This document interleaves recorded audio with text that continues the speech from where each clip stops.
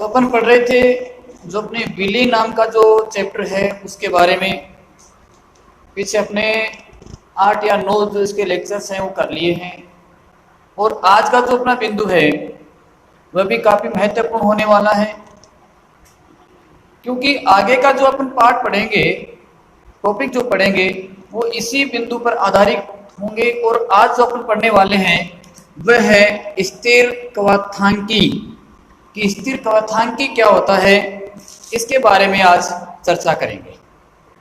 ठीक है, तो कॉपी पेन आप साथ लेके बैठना। नोट्स हैं वो तो आप साथ में बना रहे हैं, नोट्स बनाते रहो। जहाँ भी आपकी कोई समस्या आती है तो आप वापस कमेंट्स करके बता देना कि हाँ सर ये जो बिंदु है हमें दोबारा समझाइए, बताइए। तो आज का अपना जो टॉपिक रहने वाला है वह है स्थिर कवथांकी। इसको अपन स्टेप बाय स्टेप समझेंगे कि स्थिर कवथांकी क्या होता है। ठीक है, तो पहले तो मैं इसका जो शाब्दिक अर्थ है वो आपको बता देता हूं कि स्थिर कवथांकी क्या होता है। स्थिर का मतलब समझते ही हो कि जिसमें किसी प्रकार का कोई परिवर्तन नहीं हो। यहां पर जो कवथांकी जो शब्द लिया है, कवथांकी, वो लिया गया है कवथनांक से। किसे लिया गया है? कवथांकी है वो कवथनांक है। कि कवथनांक क्या होता है? कोई भी आपका द्रव्य दे दिया, उस द्रव्य का कवथनांक क्या है? वह तापमान जिस पर द्रव्य का वाष्प दाब वायुमंडलीय दाब के बराबर हो जाए। समझो इसको कि वह ताप जिस पर, चलो परिभाषा नोट कर लो, आप साथ में लिखा देता हूं मैं, कि किसी द्रव्य का वह ताप जिस पर द्रव्य का वाष्प दाब वायुमंडलीय दाब के बराबर हो जाए। वायुमंडलीय दाब के बराबर हो जाए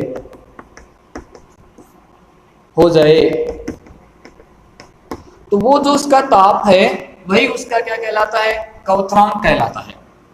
ठीक है, यानी उस पर वो क्या हो जाएगा? उबलने लग जाता है। एग्जाम्पल के तौर पर आप देखो तो जैसे आपके पास जल है, तो जल को आपने 100 डिग्री पर सेंटीग्रेड पर इसको गर्म करते हैं तो वाष्प में रूपांतरित होता है ना।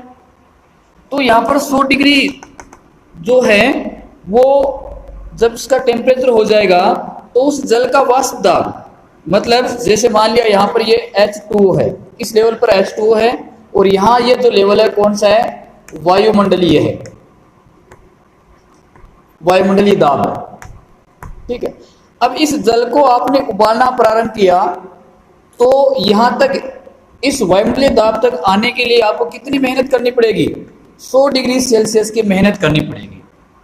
तो यहाँ पर 100 डिग्री सेल्सियस है, वह जल का क्या है? कवथनांक है। 100 डिग्री सेल्सियस जल का क्या है? कवथनांक है। कि इस टेम्परेचर पर आते ही जो जल था, यहाँ पर कौन सी अवस्था थी उसकी? द्रव अवस्था थी। द्रव से यहाँ पर 100 डिग्री टेम्परेचर पर किस रूप में आ गया उसका? वो वाष्प रूप में आ गया। तो इस समय यहाँ पर जो इसका वाष्प दाब है वो किसके बराबर हो गया? वायुमंडलीय दाब के बराबर हो गया। तो वो उसका क्या कहलाता है? कवथनांक कहलाता है। फिर कवथांकी क्या होता है, इस चीज को मैं यहाँ पर क्लियर करने वाला हूं कि स्थिर कवथांकी क्या होगा। आपके पास क्या है कि कोई विलयन आपको दे रखा है, विलय और विलायक का। चलो उससे पढ़ने से पहले एक बात और कह दूं आपको कि कोई भी आपका जो विलयन है, विलयन का जो वाष्प दाब होगा, विलयन का वाष्प दाब वो उसके कवथनांक के व्युत्क्रमानुपाती होता है। ये चीज आप याद रखना है कि विलयन का वाष्प दाब कवथनांक के व्युत्क्रमानुपाती होता है। विलयन का वाष्प दाब कवथनांक के व्युत्क्रमानुपाती होता है। मतलब कि जो वाष्प दाब है, वाष्प दाब अधिक है तो कवथनांक का मान क्या होगा? कम होगा। वो इसी चीज को आगे क्लियर करने वाले हैं, तो उसको पहले से मैं आपको दिमाग में बैठा देता हूं कि वाष्प दाब कवथनांक क्या होगा? व्युत्क्रमानुपाती होगा, व्युत्क्रमानुपाती होगा। और यानी वाष्प दाब अधिक है तो क्वथनांक का मान क्या आएगा, कम आएगा। और इसका मान यदि यानी इसका मान अधिक है तो क्वथनांक कम आएगा। और वाष्प दाब यदि कम है तो क्या होगा, क्वथनांक का मान क्या होगा, अधिक होगा। क्वथनांक का मान अधिक होगा। दोनों एक दूसरे के युक्त क्रम में होते हैं। दूसरी चीज, यदि आपके पास कोई विलायक है और उस विलायक में आपने अवाष्पशील विलेय मिला दिया। क्या कहा मैंने, आपके पास कोई क्या है, विलायक है, विलायक में क्या मिला दिया, अवाष्पशील विलेय मिला दिया। तो अवाष्पशील विलेय मिलाने पर उसका जो वाष्प दाब है वो तो क्या हो जाएगा, कम हो जाएगा। वाष्प दाब तो क्या हो जाएगा, डिक्रीज हो जाएगा, कम हो जाएगा। और उसका जो क्वथनांक है वह क्या हो जाता है, इंक्रीज हो जाता है। ये चीज याद रखना कि विलायक में अवाष्पशील विलेय मिला दो, अवाष्पशील विलेय मिला दो, तो ऐसा मिलाने पर क्या होगा कि उसका जो वाष्प दाब है वह क्या हो जाएगा, कम हो जाएगा। वाष्प दाब कम होगा तो उसमें उसका क्वथनांक का मान क्या हो जाएगा, उच्च हो जाएगा। ठीक है, तो इतनी चीज आपको दिमाग में रखनी है। अब इसी चीज को लेकर मैं आगे आपको बताने वाला हूं और फिर स्थिर क्वथनांक की पर आएंगे कि ये होती क्या है वास्तव में। ठीक है, वो चीज देखिए। चलो, जैसे मेरे पास यहां पर जल है, H2 जल है, और साथ में एथेनॉल, दूसरा यहां पर ले रहा हूं मैं एथेनॉल C2H5OH। जल है, जल का जो क्वथनांक का मान है, जल का जो क्वथनांक है वो ले लेता हूं। कितना होता है जल का क्वथनांक, आपका 100 डिग्री सेल्सियस होता है। जल का क्वथनांक कितना है, 100 डिग्री सेल्सियस है। जबकि C2H5 जो है इसका जो क्वथनांक है वो 75.5 है। कितना है, 78.5 डिग्री सेल्सियस है। जल जो लिया उसका जो क्वथनांक है 100 डिग्री है। एथेनॉल लिया उसका कितना लिया, 75 डिग्री लिया। ठीक, एक कंडीशन तो ये है। दूसरी कंडीशन मेरे पास ये है, दोनों को क्या कर रहा हूं मैं, यहां पर दोनों का यदि आपने विलयन बना लिया, दोनों का विलयन बना लिया, विलयन बनाकर इसको मैं जब गर्म करूंगा, उबालूंगा, तो उस समय जल कितने डिग्री पर उबलेगा, 100 डिग्री सेल्सियस पर। क्वथनांक कितने पर, ये जो एथेनॉल है कितने पर उबल जाएगा, 78.5 डिग्री सेल्सियस पर। इन दोनों को मिश्रण आपने लिया, अलग अलग रूप में है, कैसे भी है, अलग अलग रूप में लिया, तो इस टेम्परेचर पर आपको ये प्राप्त हो जाएंगे। मतलब दोनों का आपने विलयन बना लिया, जल का और एथेनॉल का, बगैर किसी अनुपात के, कोई अनुपात इसमें नहीं है। ठीक है, मिश्रण एक का आपने बना लिया। तो जब इसको आप गर्म करोगे और आपसे ये कहे कि एथेनॉल और जल को प्राप्त कीजिए, एथेनॉल जल को प्राप्त करने के लिए यहां पर कौन सी विधि काम में लेंगे आप, प्रभाजी आसवन। कौन सी विधि काम में लेनी है, प्रभाजी आसवन विधि काम में लोगे। तो प्रभाजी आसवन विधि में जैसे ही टेम्परेचर 78.5 होगा तो क्या हो जाएगा, ये वाष्पित होने लग जाएगा, ये वाष्पित होने लग जाएगा, यानी क्वथनांक ताप है इसका, ये इसको अलग प्राप्त कर लेंगे। फिर आपने टेम्परेचर को और बढ़ाया, कितना कर दिया, 100 डिग्री सेल्सियस कर दिया। तो 100 डिग्री सेल्सियस किसका क्वथनांक है, जल का क्वथनांक है। तो 100 डिग्री पर आपको जल है अलग रूप से प्राप्त कर लेंगे। ठीक है, अब मान लो कि यहां पर दूसरा विलयन और मैं ले रहा हूं, उसमें जो जल है H2O उसको मैं ले रहा हूं 4.43%, 4.43% ले रहा हूं। दूसरा जो एथेनॉल ले रहा हूं C2H5OH, इसको ले रहा हूं 95.57%। कितना है, 95.57% ले रहा हूं। मतलब कि आपका पूरा ये जो विलयन है वो आपका 100 ml का है। ठीक है, तो 100 ml में से जल कितना है, जल आपका 4.3 ml, और जो एथेनॉल है वो C2H5OH वो कितना है, वो आपका है 95.57 ml, ये चीजें। अब दोनों को एक निश्चित इस मात्रा में मैंने मिलाया, इस अनुपात में मिलाया। अब मैं क्या देखता हूं कि दोनों को गर्म करने पर, उबालने पर जब टेम्परेचर का मान 78 डिग्री सेल्सियस हो जाता है, 78 डिग्री सेल्सियस हो जाता है, तो उस समय ये दोनों क्या होने लग जाते हैं, वाष्पित होने लग जाते हैं।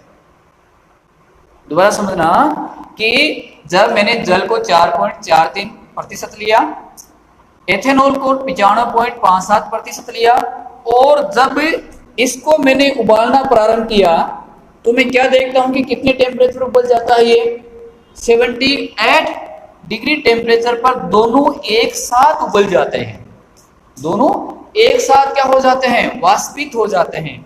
तो इस समय जब दोनों एक साथ वाष्पित होते हैं तो क्या इसको प्रभाजी आसवन से अलग किया जा सकता है, हाँ या ना में जवाब दो। इस मात्रा में लिया 78 डिग्री सेल्सियस पर दोनों एक साथ वाष्पित हो जाते हैं। क्या अब इन दोनों को 78 डिग्री पर प्रभाजी आसवन के द्वारा पृथक किया जा सकता है, जवाब दो। देखें, इसको अब वाष्पित नहीं किया जा सकता क्योंकि एक ही टेम्परेचर पर ये क्या हो रहे हैं, वाष्पित हो रहे हैं। तो ये जो चीज होती है वही क्या कहलाती है, इसकी स्थिर क्वथनांकी कहलाती है। वही इसकी क्या कहलाएगी, स्थिर क्वथनांकी कहलाएगी कि एक निश्चित क्वथनांक जिसके ऊपर विलेय और विलायक एक साथ क्या होने लग जाए, वाष्पित होने लग जाए। देखो अब इधर आओ, कुछ द्रव्य मिश्रित करने पर स्थिर क्वथनांकी बनाते हैं। क्या बनाते हैं, स्थिर क्वथनांकी। इसका अर्थ मैं आपको पहले बता चुका हूं कि स्थिर क्वथनांकी क्या होता है, जिसका क्वथनांक क्या हो, स्थिर हो, इक्वल हो, जिस द्रव्य व वाष्प प्रावस्था में संघनन एक समान हो जाता है। क्या कहा यहां पर, जिसका द्रव्य और वाष्प प्रावस्था दोनों का संघनन क्या हो जाएगा, एक समान हो जाता है। तो स्थिर ताप के ऊपर उबलते हैं, यानी इसका क्वथनांक का मान क्या हो गया, क्वथनांक क्या हो गया, समान हो गया। क्वथनांक क्या हो गया, समान हो गया। तो वो क्या कहलाती है, आपकी स्थिर क्वथनांकी कहलाती है। क्लियर हुई स्थिति। अब चलो इसी को मैं यहां पर ऐसे बताऊं कि देखो ये आपका एक वायुमंडलीय दाब है,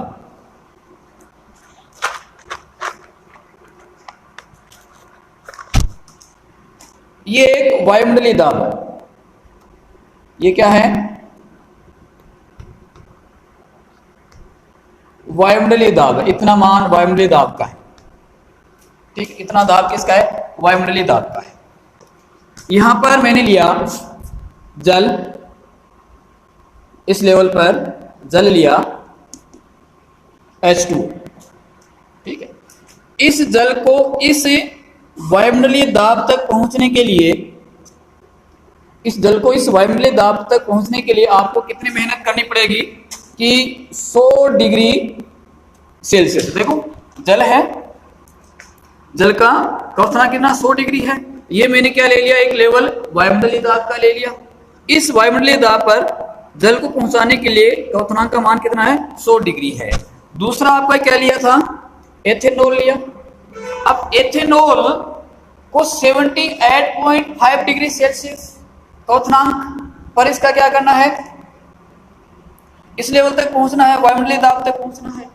तो उस स्थिति में क्या होगा कि ये जो टेम्परेचर है, वाष्प दाब है, पहले कितना, इतना था जल का, अब जो एथेनॉल है उसका किस लेवल में आएगा, इस लेवल में आ जाएगा।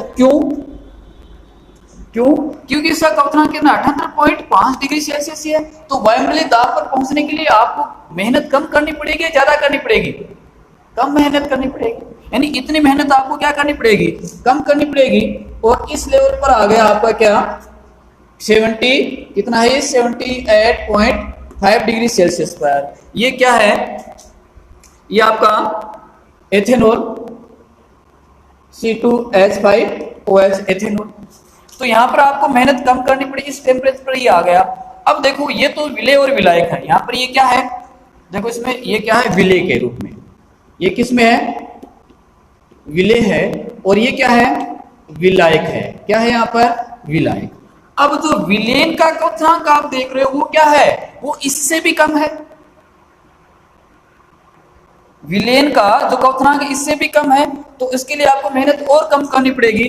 तो विलेन का जो लेवल है वो कहां पर है, आपका ये वाला लेवल, ये कितना हो गया, 78 डिग्री सेल्सियस। ये क्या है, विलियन है।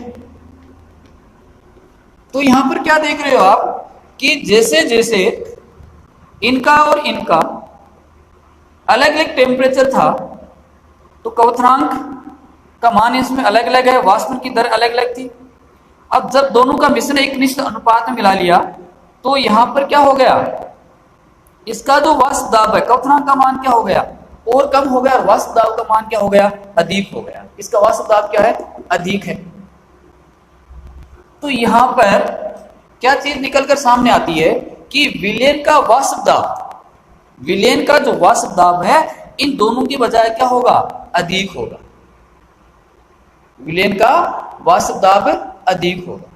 तो ये अपन ने किस में किया था, पीछे वाला जो अपना वीडियो था जिसमें विलेय, विलायक और विलेन के जो अंतराणिक आबंध कण है उसके आधार पर हमने इसको पढ़ा था कि जब विलेन का वाष्प दाब अधिक हो जाता है, विलेन का वाष्प दाब अधिक हो जाता है, तो उस समय ये एक प्रकार का विचलन दर्शा रहा था। उस विचलन का क्या नाम दिया था, याद हो तो, राउल्ट के नियम में धनात्मक विचलन कहा था इसको। क्या कहा था, राउल्ट के नियम में धनात्मक विचलन।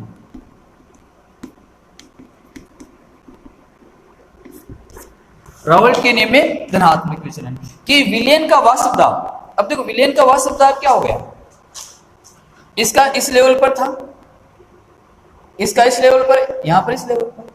तो जैसे जैसे ये लेवल देखो ऊपर हुआ, इसका मतलब क्या हुआ कि इतना वाष्प दाब है वो क्या है, क्वथनांक का मान इसमें क्या हो गया, उतना कम हो गया। आपको 78.5 मेहनत करनी पड़ेगी, यहाँ पर 78%, जो 78 डिग्री सेल्सियस है उतनी मेहनत करनी पड़ेगी। तो वाष्प दाब में लगातार क्या हो रही है, वृद्धि हो रही है। वाष्प दाब वृद्धि हो रही है तो क्वथनांक के मान में कमी हो रही थी। पहले मैंने बताया कि यहाँ पर वाष्प दाब बढ़ रहा है तो क्वथनांक के मान में क्या आ रही है, कमी आ रही है। यहाँ पर तक वाष्प दाब कम था तो इस लेवल तक पहुंचने के लिए ज्यादा टेम्परेचर की आवश्यकता थी। यहाँ पर वाष्प दाब उससे थोड़ा ज्यादा था, उससे थोड़ा ज्यादा था, तो वायुमंडलीय दाब तक पहुंचने के लिए आपको कितना करना पड़ा, 78.5 डिग्री सेल्सियस तक गर्म करना पड़ा। अब विलेन जो बना, यहाँ पर विलेन जो बना उसका वाष्प दाब क्या हो गया, वाष्प दाब क्या हो गया, और अधिक हो गया, जिसे क्वथनांक का मान क्या हो गया, और कम हो गया। तो इस समय यहाँ का जो विचलन ये दर्शाता है वह विचलन कौन सा आता है, राउल्ट के नियम में धनात्मक प्रकार का विचलन आता है। तो क्या कहा यहाँ पर, अब इधर आओ कि ऐसे प्रक्रमों में घटकों को प्रभाजी आसवन द्वारा अलग नहीं किया जा सकता। अब यहां पर प्रभाजी आसवन से इसको अलग कर रहे थे, अब यहां पर क्या हो गया, क्वथनांक एक समान हो गया, क्वथनांक एक समान हो गया, तो प्रभाजी आसवन के द्वारा इसको क्या नहीं किया जा सकता, अलग इसको नहीं किया जा सकता है। स्थिर क्वथनांक के अब दो प्रकार के होंगे, एक यहाँ पर ये हो गया धनात्मक विचलन का, कि जो राउल्ट के नियम में धनात्मक विचलन दर्शाते हैं। अब दूसरा कौन सा होता, उसका न्यूनतम का, कि न्यूनतम क्वथनांक की स्थिर क्वथनांकी और अधिकतम क्वथनांकी स्थिर क्वथनांकी। न्यूनतम का मतलब यहां पर क्या है, इसी को समझो कि जो विलेन बना उस विलेन का क्वथनांक, उस विलेन का क्वथनांक विलेय और विलय के क्वथनांक से भी कम हो जाए। देखो यहां पर पहला प्रकार कौन सा, स्थिर क्वथनांकी कितने प्रकार की, दो प्रकार की। पहली है न्यूनतम क्वथनांकी स्थिरांक, स्थिर क्वथनांकी, न्यूनतम क्वथनांकी स्थिर क्वथनांकी। इसका मतलब न्यूनतम यानी कम है क्वथनांक, क्वथनांक कम है किसका, स्थिर क्वथनांकी से। अलग अलग इसका जो क्वथनांक ये था दोनों को साथ मिला तो क्वथनांक यहाँ पर 78.5 न्यूनतम है इसका एथेनॉल का, उससे भी कम किसका है, इस विलयन का है। तो वो कौन सा कहलाता है आपका, न्यूनतम स्थिर क्वथनांकी कहलाता है। चलो इसको मैं आगे दोबारा बताता हूं, इतनी चीज है उसको नोट करो आप।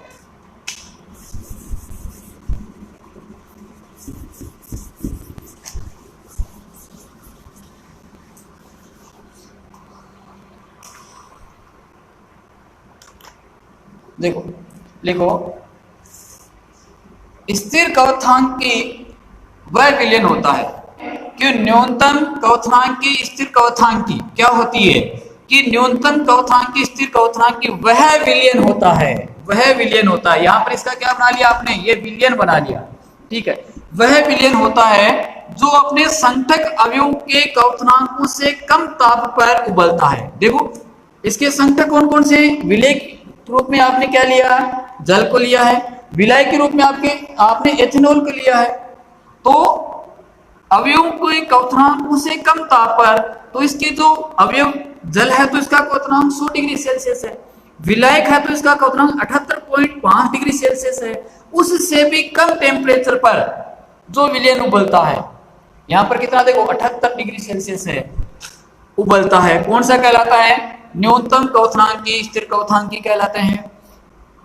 या विलयन जो निश्चित संगठक पर, निश्चित संगठक यानी यहां पर मात्रा अलग अलग है, कोई समान मात्रा नहीं है, यहां पर का निश्चित संगठक, मात्रा इनकी समान ली। देखो मैंने यहां पर क्या लिखा 4.43 और यहां पर लिखा 95.57, तो मात्रा निश्चित हो गई ना। तो निश्चित संगठक पर राउल्ट के नियम से धनात्मक विचलन प्रदर्शित करते हैं। राउल्ट के नियम में धनात्मक विचलन याद करो, वहां पर ये मैंने आपको बात बताई थी। वो जो विलयन है किस प्रकार के कहलाते हैं, न्यूनतम क्वथनांकी स्थिर क्वथनांकी कहलाते हैं। उसके एग्जाम्पल भी अपने 5-6 एग्जाम्पल वहां लिखे थे। वो जो विलयन होंगे धनात्मक वाले, वो सभी कौन से दर्शाते हैं, आपके न्यूनतम क्वथनांकी स्थिर क्वथनांकी को प्रदर्शित करते हैं। तो बेटा ये चीज है न्यूनतम क्वथनांकी स्थिर क्वथनांकी का। दूसरा प्रकार इसका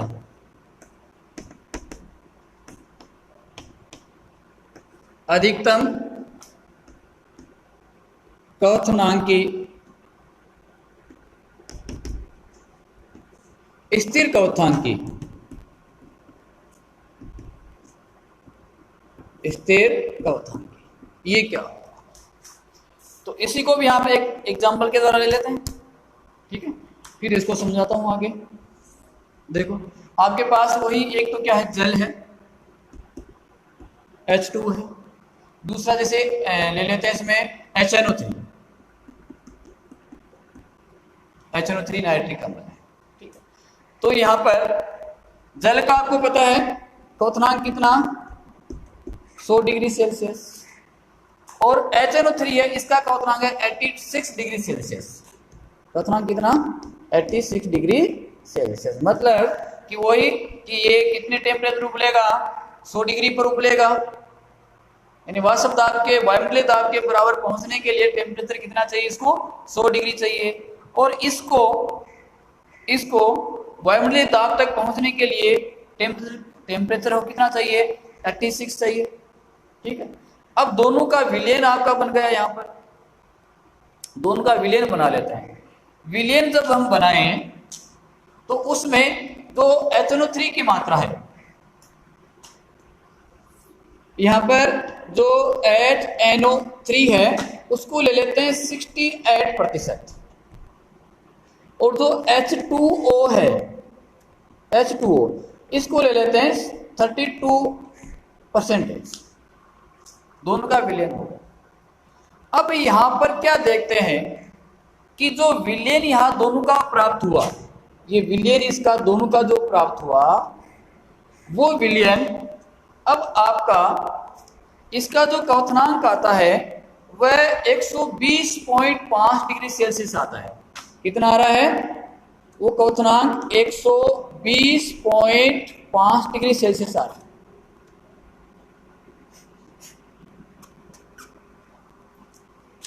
देखो यहां पर क्या था, ये 100 डिग्री पर उबल रहा है, करेक्ट, ये कितने पर 86 पर।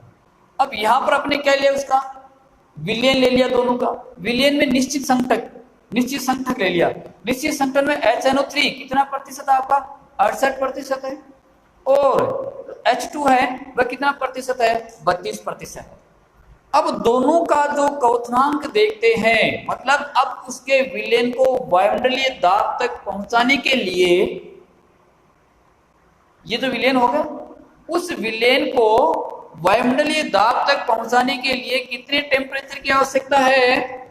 120 डिग्री, 120.5 डिग्री सेल्सियस टेम्परेचर की आवश्यकता है। तो अब यहां पर क्या देख रहे हैं कि जो विलयन का क्वथनांक है, विलयन का जो क्वथनांक है वह क्या हो गया? उसके घटकों से भी अधिक हो गया, उसके घटकों से भी अधिक हो गया। मतलब कि इसका जो वाष्प दाब है, इसका जो वाष्प दाब है, इन दोनों के वाष्प दाब से भी क्या हो गया? और कम हो गया। वाष्प दाब उसके वाष्प दाब से भी और कम हो गया, जिसके कारण उसको वायुमंडलीय दाब तक पहुंचाने के लिए और अधिक टेम्परेचर की आवश्यकता है। यूं समझो कि यहां पर जल था, जल को 100 डिग्री सेल्सियस पहुंचने के लिए इतना आपको वर्क करना पड़ा। HNO3 था, उसको 86 इतना वर्क करना पड़ा। अब दोनों को एक साथ मिला दिया निश्चित संगठन में, तो इनको इस लेवल से वाष्प दाब तक पहुंचाने के लिए कितना वर्क करना पड़ेगा? इतना वर्क करना पड़ेगा। ठीक है, तो क्वथनांक का मान क्या हो गया? बढ़ गया। क्वथनांक बढ़ा, इसका मतलब क्या है कि उसका वाष्प दाब क्या हो गया? कम हो गया। ठीक है, तो जिसमें वाष्प विलयन का वाष्प दाब कम हो जाता है, विलयन का वाष्प दाब कम हो जाता है, तो वो रावल्ट के नियम में कौन सा विचलन दर्शाते हैं? ऋणात्मक विचलन दर्शाते हैं।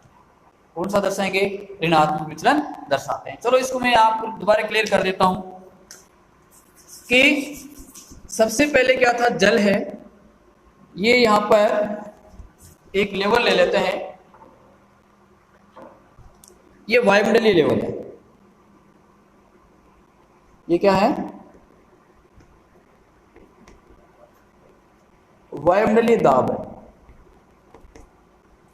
बेटा सही समझ में आ रही है तो साथ में कमेंट्स करते जाना, शेयर करते जाना। यहां पर आपका जल है, ये जल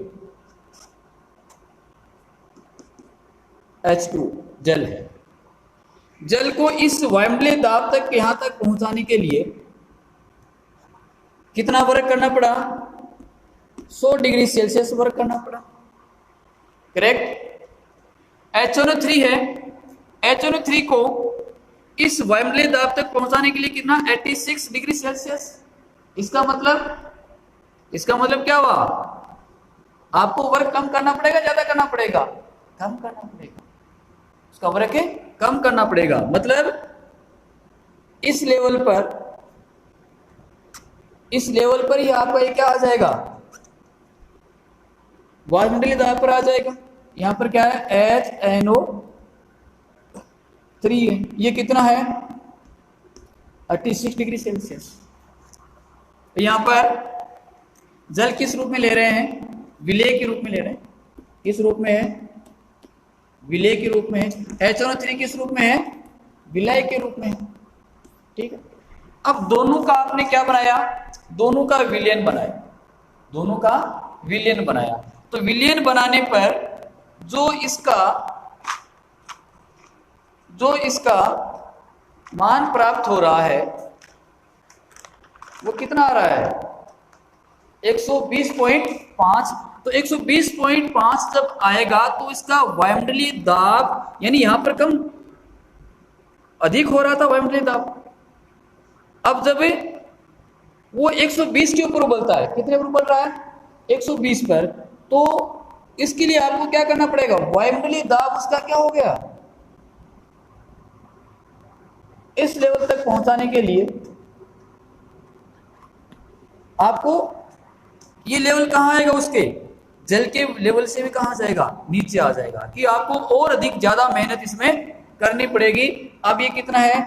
120.5 डिग्री सेल्सियस। ये क्या बन गया आपका? यहां पर विलयन बन गया। क्या बन गया? विलयन। अब विलयन का जो वाष्प दाब है, विलयन का वाष्प दाब इनके वाष्प दाब से भी क्या हो गया? कम हो गया। यहां पर विलयन का वाष्प दाब क्या हो गया? कम हो गया। वाष्प दाब कम हो गया। कम वाष्प दाब हुआ तो आपके क्वथनांक का मान बढ़ गया, क्योंकि वायुमंडलीय दाब तक पहुंचने के लिए आपको और अधिक मेहनत करनी पड़ेगी। तो आपको याद हो तो इस प्रकार का जो किसमें आया था, इस प्रकार की स्थिति किसमें बनी थी? राउल्ट के नियम में ऋणात्मक जो विचलन था उसके मान में ये स्थिति बनी थी। किसमें बनी थी? राउल्ट नियम में ऋणात्मक विचलन में। वहां पर क्या था कि विलयन का वाष्प दाब कम था। विलयन का वाष्प दाब कम था। किससे? विलय और विलायक के वाष्प दाब से। ठीक है, तो ये दूसरी प्रकार की क्वथनांकी कौन सी होगी? अधिकतम क्वथनांकी, स्थिर क्वथनांकी की जो विलयन है उस विलयन का क्वथनांक विलय और विलय के क्वथनांक से भी क्या हो जाता है? अधिक हो जाता है, उच्च हो जाता है। तब वो क्या कहलाएगा? आपका अधिकतम क्वथनांकी स्थिर क्वथनांकी कहलाता है। चलो इसकी नोट कर देता हूं परिभाषा, वो नोट करो। अधिकतम क्वथनांकी स्थिर क्वथी कहलाते हैं।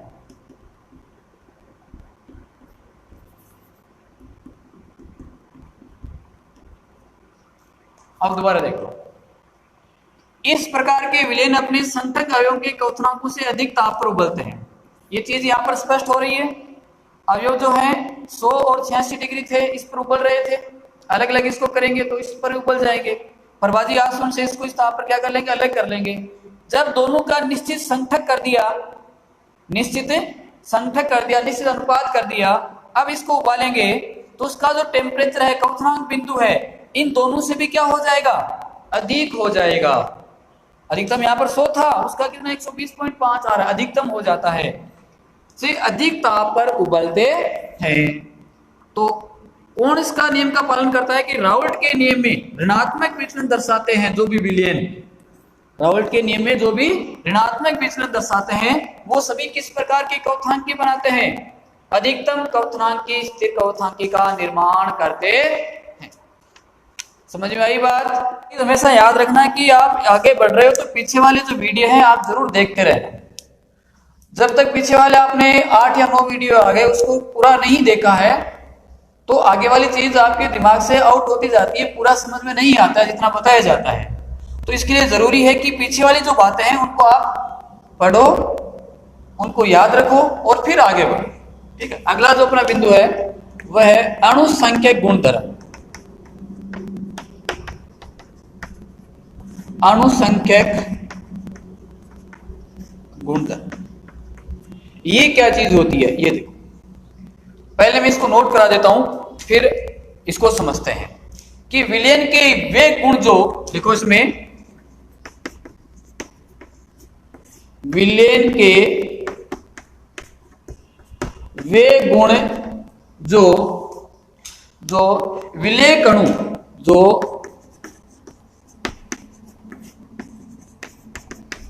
विलय कणु की सापेक्ष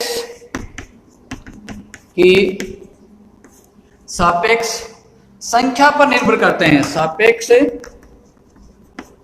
संख्या पर निर्भर करते हैं। सापेक्ष संख्या पर निर्भर सापेक्ष संख्या पर निर्भर करते हैं, विलय की प्रकृति पर नहीं। विलय की प्रकृति पर नहीं। कौन से गुणधर्म कहलाते हैं? वो अणुसंख्यक गुणधर्म कहलाते हैं। कोई भी आपने विलयन लिया, ठीक है, कोई भी आपने विलयन लिया, उस विलयन के जो गुण हैं, विलयन के जो गुणधर्म हैं वो किस पर निर्भर करते हैं? विलय की कणों की संख्या पर, कि विलय के कितने कण अवयव उसमें उपस्थित हैं उस पर निर्भर करते हैं, न कि विलय की प्रकृति पर कि विलय किस प्रकार का है, कैसा लिया गया है। जैसे समान मोलर सांद्रता वाले आपने विलयन ले लिया, एक किसका ले लिया? यूरिया का ले लिया, ग्लूकोज का ले लिया, चीनी का ले लिया। समझना इस चीज को, इसी को मैं बता रहा हूं कि पहले इसको देखो कि विलयन के वे गुण जो विलय कणों की संख्या पर निर्भर करते हैं। किस पर निर्भर करते हैं? विलय कणों की सापेक्ष संख्या पर, कि कितने सापेक्ष कितने गुण इसके कणों संख्या उसमें इसके अंदर मिली हुई है पर निर्भर करते हैं, नहीं कि उसकी प्रकृति पर। तो उसको यूं समझो कि समान मोलर द्रव्यमान सांद्रता के, समान मोलर सांद्रता के आपने यूरिया ले ली, ग्लूकोज ले लिया और चीनी ले ली आदि को यदि आप विद्युत अनअपघटे के जलीय विलयन में, समझो कि समान मोलर सांद्रता के यूरिया, ग्लूकोज, चीनी आदि विद्युत अनअपघटों के जलीय विलयनों का समान ताप पर उसका प्राशन दाब क्वथनांक में उन्नयन, क्वथनांक में उन्नयन का मतलब होता है वर्दी, क्वथनांक में उन्नयन डेल्टा टी आदि संख्यक गुण समान होते हैं विद्युत अनअपघटों। किसका? देखो यूरिया,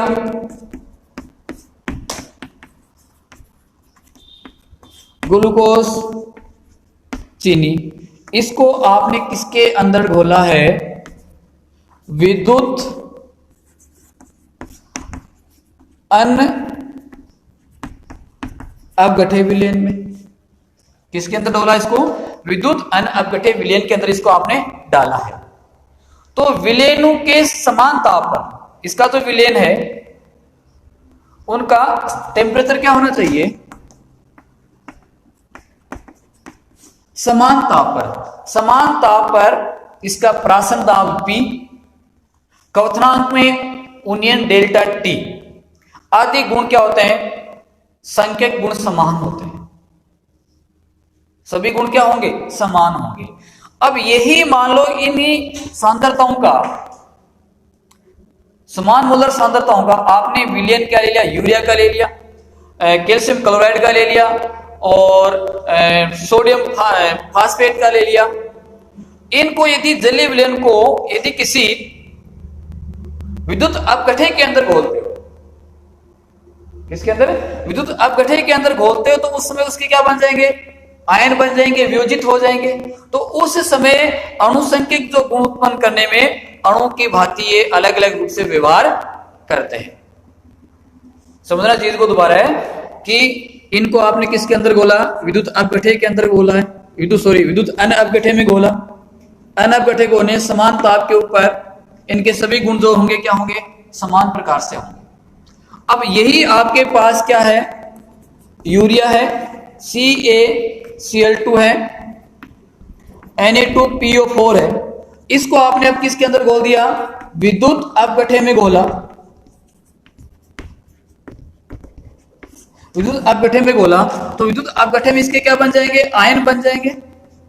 अब ये जो आयन बनते हैं वो भी किसका कार्य करते हैं? इसके अणुसंख्यक गुण की तरह कार्य करते हैं। ठीक है, तो कहने का मतलब यह है कि उनकी जो विलय कणों की संख्या क्या है? यहां पर अपघटित नहीं होते हैं, यहां पर अपघटित नहीं होते हैं, यहां पर क्या हो रहे हैं? वो अपघटित हो रहे हैं, अपने आयनों में टूट रहे हैं, तो इसके समान व्यवहार करेंगे। ठीक है, तो ये परिभाषा इसकी आप याद रखना। अब वो कौन कौन से गुणधर्म है जो अणुसंख्यक गुणधर्म दर्शाते हैं? वो क्या क्या है जो अणुसंख्यक गुणधर्म दर्शाते हैं? तो इसमें 4 बिंदु मुख्यतः हैं जो अणुसंख्यक गुणधर्मों को दर्शाते हैं। पहला है वाष्प दाब का अपेक्षित अवनमन। अगला इसमें कि विलयन के वो गुणधर्म लिखो। विलयन सामान्यतः निम्न 4 गुणधर्मों जो है वो अणुसंख्यक गुणधर्म दर्शाते हैं। देखो यहां पर कि विलयन के निम्न 4 जो मान हैं वो अणुसंख्यक गुणधर्म दर्शाते हैं। विलयन के निम्न 4 मान अणुसंख्यक गुणधर्म दर्शाते हैं। तो इसमें पहला आपको मिलेगा, पहला कौन सा है, वाष्पदाब का अपेक्षित अवनमन। जो पहले वाले वीडियो में आपको बता चुका हूं कि वाष्पदाब का अपेक्षित अवनमन क्या होता है। वाष्पदाब का अपेक्षित अवनमन, अवनमन का मतलब क्या बताया था, कमी का होना। दूसरा इसका जो गुणधर्म है वह क्वथनांक का उन्नयन, क्वथनांक का उन्नयन, उन्नयन का मतलब होता है क्वथनांक में वृद्धि होना। दूसरा है हिमांक में अवनमन,